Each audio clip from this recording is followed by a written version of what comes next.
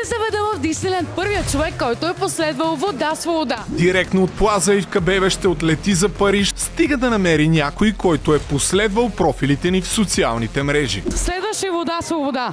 Не. Не. Жалко. Да, в Инстаграм. Я дай да видя. Следва я! Ходил ли си в Дисниленд? Не. Понеже ни следваш, Така.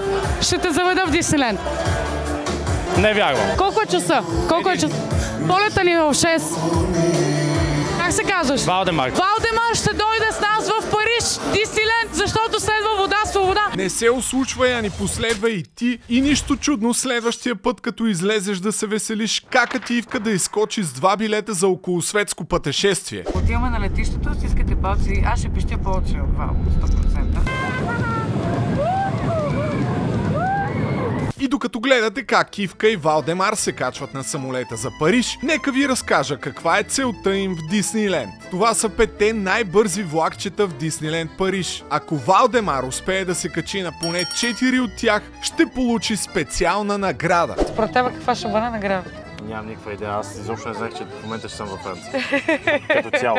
Наградата е още едно участие в подобно наше видео. Ако обаче не успее да се качи на поне 4 от най-бързите влакчета, някой от абонатите на Вода Свобода ще получи това право. Ако искаш този някой да бъдеш ти, абонирай се за канала и попълни формата за участие. А сега да видим Ивка и компания дали стигнаха вече в Дисниленд.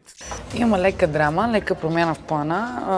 Оказва се, по някакъв начин си сме объркали хотела и сега всъщност хотела ни е на 8 км. Аз вече почна да ми капе сопола стремглаво надолу. Сега какво да направим в случая? Аз какво съм виновна? Тази грешка струва скъпо на продукцията, защото вместо с градския транспорт се придвижиха до хотела, а след това и до Дисниленд с Убер. Не питайте колко пари излезе това.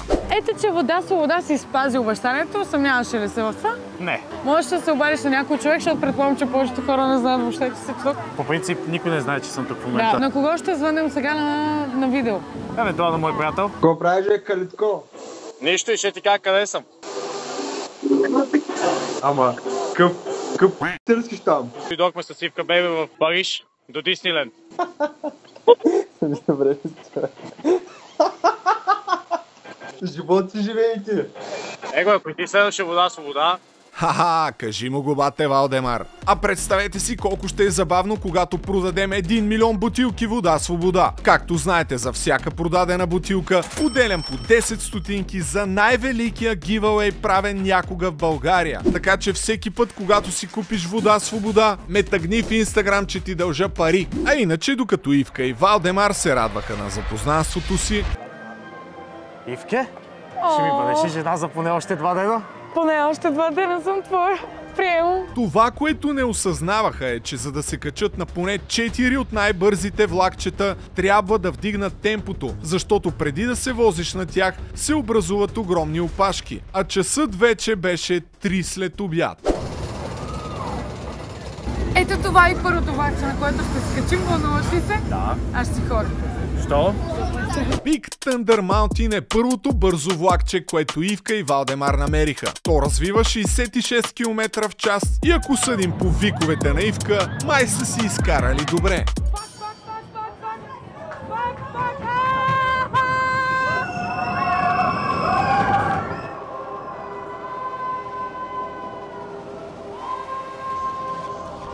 Това беше много добро.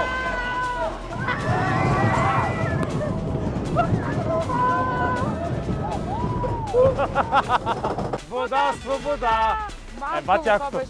Заредени с адреналин, нашите герои намериха второто, още по-бързо влакче – Hyperspace Mountain, развиващо цели 71 км в час. Ето физиономията на Ивка секунди след като научи това. А ето и какво представлява Star Wars Hyperspace Mountain отвътре.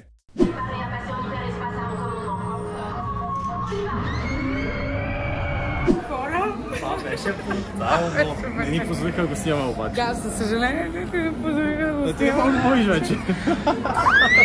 Беше много яко беше. Ако Валдемар се качи на още 2 от бързите влакчета в Дисниленд, ще си спечели още едно участие в наше видео. Вместо да побързат обаче, Сивка отиват да хапнат по един бургер. Явно е бил бая вкусен бургера, защото докато излязат от заведението, навън вече е тъмно. Може би именно мракът е причината да се качат на влакче за третокласници, вместо например на Avengers Flight Force, което развива от 0 до 92 км за 2,8 секунди. Вероятно, за да не се лутат безцелно, Валдемар и Ивка решават преди да затвори Дисниленд да си направят кефа, като се качат още веднъж на двете влакчета, които вече знаеха къде се намират. Това обаче означава, че мисията на Валдемар е неуспешна и някой от вас ще може да участва в следващите ни видеа. Така че попълни формата за участие още сега. Кажи ми как се изкара. Брутално, уникално изживяване. Очакваше ли вчера вечерта, че ще се случи нещо такова? Не, абсурд. Как би описал приключението ни с една единствена дума? Незабравимо, със сигурност. Много ти благодаря, аз лично те прегръщам на фона на едно такова прекрасно нещо, каквото всъщност е Дисни замъка, а вие не забравяйте естествено да подкрепите Вода Свобода. Подкрепете ни като пиете Вода Свобода, за да може да снимаме още такива видеа. Може да си купите Вода Свобода от магазините на CBA Коме в София, Булмак във Варна, както и всички останали обекти отбелязани на нашия сайт. Много ми е интересно тук дали продават Вода Свобода, сега ще видим. Do you sell Вода Свобода? Water Свобода? Do you have Water Freedom? No. Много странно. Water Freedom ми е любимата вода.